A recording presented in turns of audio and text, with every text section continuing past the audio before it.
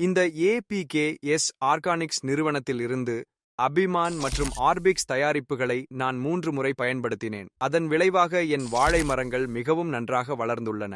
அவர்களுடைய ஆலோசனைகளை பின்பற்றி வளர்ச்சியை அதிகரிக்க விரும்பினேன். அதன் பிறகு வாழை மரங்கள் சிறப்பாக வளர்ந்து நல்ல விளைச்சல் கிடைத்துள்ளது. வணக்கம், என் பெயர் டி கெம்பாயா. என் தந்தையின் பெயர் போரா ஐயா. நான் வாழை மரம் பயிர் செய்து வருகிறேன். அதை சுற்றி தென்னை மரங்களை நட்டுள்ளேன். நடுப்பகுதியில் வாழை மரங்களை பயிரிட்டு வருகிறேன். யூடியூப் பார்த்தபோது அதுல ஏபிகேஎஸ் ஆர்கானிக்ஸ் என்ற ஒரு நிறுவனம் கிடைத்தது. அந்த நிறுவனத்தில் அபிமான், ஆர்பிஐக்ஸ், கோகோமேக்ஸ் போன்ற பல்வேறு தயாரிப்புகளை பார்த்தேன்.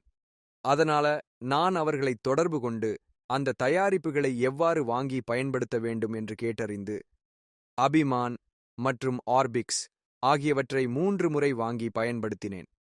அதன் பிறகு என் வாழை மரங்கள் எனக்கு மிகவும் பிடித்ததாக இருந்தது. அவை நன்றாக வளர்ந்தன.